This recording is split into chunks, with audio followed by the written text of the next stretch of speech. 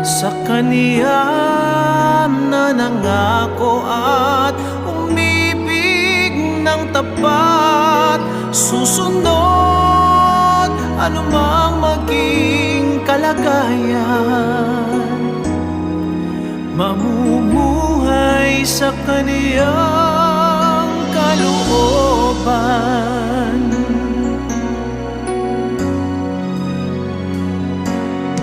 Sa kanya lamang nahanap ang kasapatan,